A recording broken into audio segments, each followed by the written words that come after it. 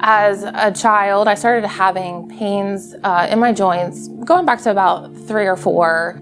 I would find myself having a hard time taking the steps. My parents would take me to a doctor. The doctor would say things like, it's growing pains.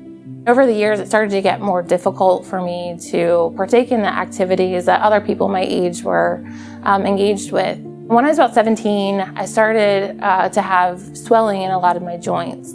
So we went to see a doctor. The doctor, I'll never forget this day as long as I live, he pulled a book off of a shelf and thumbed to page 386 and turned the book to face me and pointed to a picture on that page. And it was a picture of a cadaver in a casket. And he said, this is going to be you before your 21st birthday. And that was really hard as a 17-year-old. I could barely even walk. I used a walker or a cane. Some days I even needed a wheelchair to get around. The pain was beyond just the joints that were affected by the arthritis. The pain really just radiated through my whole entire body. I was angry, I was upset, I was disappointed. I didn't really know what direction to take. I was very fortunate in the hospital that I was at and proximity to DC to get into an experimental drug protocol at NIH. Once I got into NIH, it paved the way to get access into other drug protocol studies.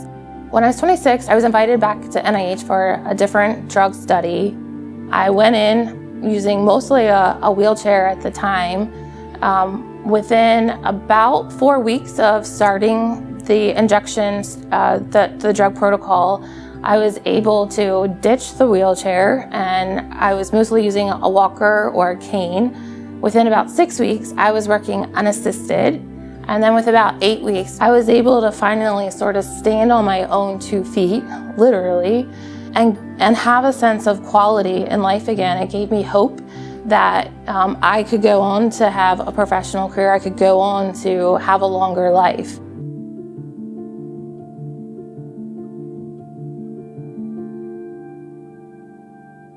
I have been on the biologic medication, successfully managing my disease for about 6 years.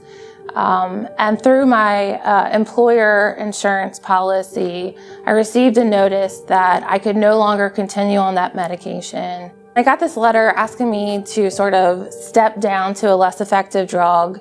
It's referred to as step therapy, also known as a fail-first policy or a fail-first mechanism.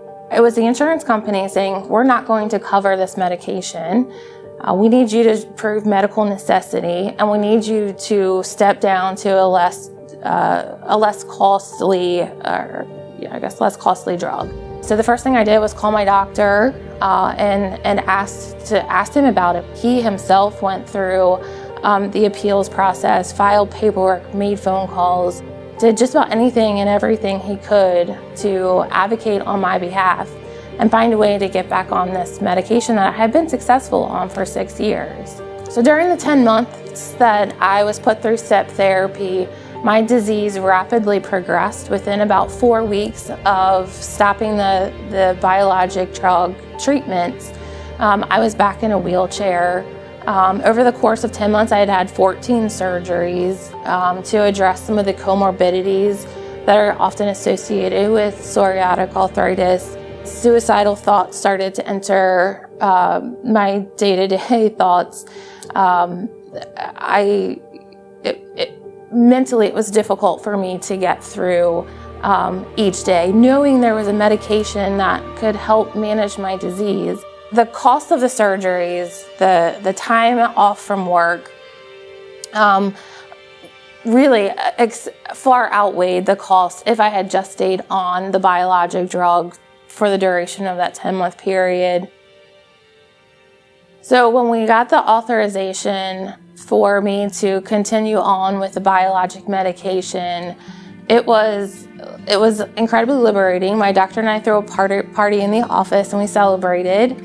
My life mission is to make sure that no one has to experience what I've been through. As a patient advocate, I really want to make sure that we have appropriate patient-centered guardrails in place at the legislative level to ensure that step therapy doesn't have to happen, like it happened to me, that it doesn't happen for every single person.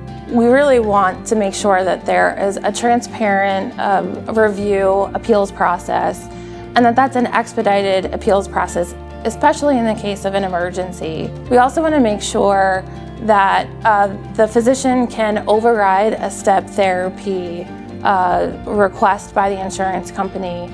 We really want to make sure that the decision for patient treatment, for a course of treatment, is really in the hands of the physician. They know best what drugs work best for different diseases. My journey in being stable on a medication and then being taken off of that medication is a travesty. We need to make sure that patients can continue on a course of treatment. If their disease is stable, managed, let them stay on a medication.